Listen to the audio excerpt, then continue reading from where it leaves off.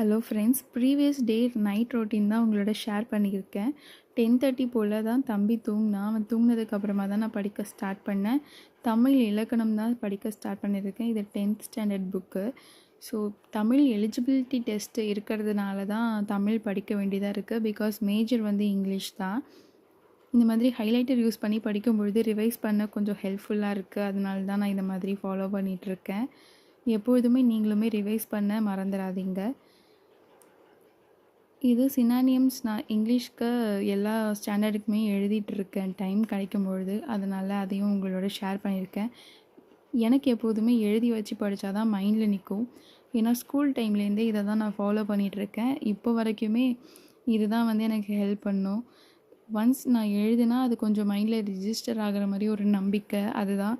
உங்களில் எத்தனை பேர் இந்த மாதிரி எழுதி வச்சு படிப்பீங்கன்றதை மறக்காமல் கமெண்டில் சொல்லுங்கள். தென் மறக்காமல் நம்மளோட சேனல்